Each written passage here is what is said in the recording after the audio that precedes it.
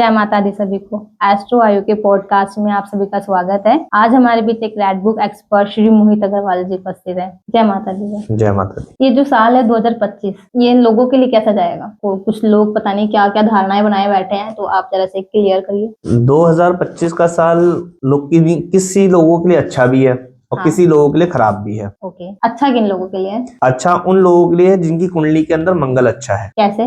चालू जी, इसमें हम बहुत सारी चीजें फैक्टर आती है, देखना पड़ेगा कि कुंडली के अंदर मंगल के ना कुछ प्लैनेटरी पोजीशंस होती है। हमारे ग्रहों के अंदर 9 ग्रह होते हैं। हाँ। 9 ग्रहों के अंदर मंगल देव विराजमान है, ठीक है ना। इन्हीं 9 ग्रहों पे जो साल है ये मंगल का साल है इस न्यूमरोलॉजी के अकॉर्डिंग। तो इसमें कंडीशंस क्या बनती है कि जो भी लोग मंगल अच्छे वाले होंगे उनको तो मिलेगी ग्रोथ, जो भी लोग मंगल खराब वाले होंगे उनको दिक्कतें आएंगी।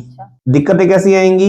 ये कह लीजिए मैरिड लाइफ में दिक्कतें आना, गुस्सा, चिड़चिड़ापन, एग्रेशन आना, देश विदेश दुनियाओं के अंदर, घरों के अंदर, गृह परिवार के अंदर लड़ाई झगड़े बढ़ जाना, कलेश बढ़ जाना और आग लगने जैसी घटनाएं घटित होना। ऐसा भी हो सकता है बहुत लोगों के साथ होगा। मेजर चीजें बीमारियों के अंदर, इलनेस के अंदर, किडनी लीवर के इन्फेक्शन और ब्लड की खराबी आना। तो ये जो आजकल इतनी इन्फेक्शन वगैरह चल रहे हैं किडनी वगैरह में, तो ये सब ये ग्रह की वजह से आ रहा है? बिल्कुल बिल्कुल शालू जी, बिना ग्रह के तो पत्ता भी नहीं हिलता इस दुनिया के अंदर। हाँ। ये ग्रह ही है जो हमारा जीवन यापन चला रहे हैं और इन्हीं ग्रहों के कारण जब ये प्लैनेटरी पोजीशन अच्छे होते हैं तो हमें सुख दे देते हैं, जब प्लैनेटरी पोजीशन खराब होती है तो हमें दिक्कत दे देते हैं। ये जो साल है जिनके लिए खराब जाने वाला है, तो उनके लिए कैसे जाएगा ये साल? उन्हें कैसे पता चलेगा कि साल खराब है? देखो शालू जी, सिम्टम्स बेस तो ये है कि आपको कुंडली दिखा के चलना चाहिए। ठीक है, कुंडली से पता चलेगा। कुंडली से पता चलेगा, पहला डेफिनेट सेक्टर तो वही आता है, कुंडली।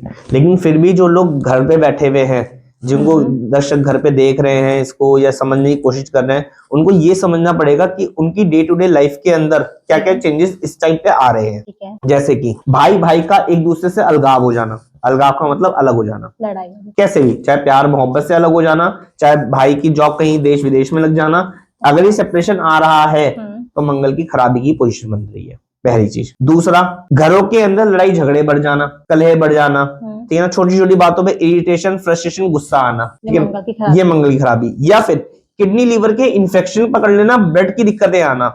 अगर ये छोटे छोटे सिम्टम्स आपके साथ बीत रहे हैं, किसी भी जातक के साथ ये छोटे छोटे सिम्टम बीत रहे हैं, तो ऐसी अवस्था के अंदर उसको अपनी कुंडली के इलाज करने आवश्यक है और मंगल देव के इलाज करना आवश्यक है। अगर ये सब कर लेंगे तो फिर उनका इन्फेक्शन ठीक हो जाएगा, अगर वो उपाय करके चलते हैं।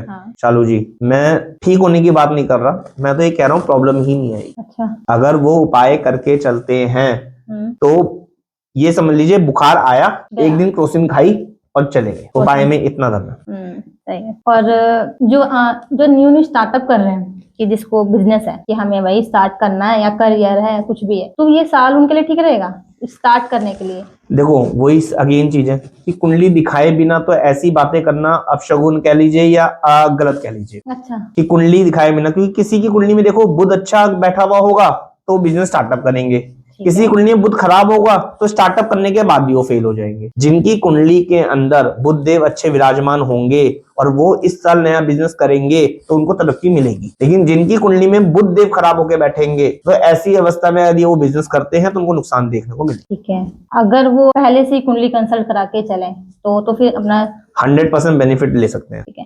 और वो चलिए तो हो गया बिजनेस का। एक होता है ना कि एक साल है कि पिछला साल हमारा खराब गया है, ये साल कैसा जाएगा? वो कौन से लोग होते हैं जिसको इस साल मेहनत ज्यादा करनी पड़ेगी काम के लिए या फिर? बहुत अच्छा सवाल पूछा शालू जी। इसमें सबसे मेन चीज है जिन लोगों के मंगल देव खराब होकर बैठे हुए हैं उनको इस साल बहुत स्ट्रगल आने वाले। अब मंगल देव अलग अलग घरों में अलग अलग प्रभाव देते हैं।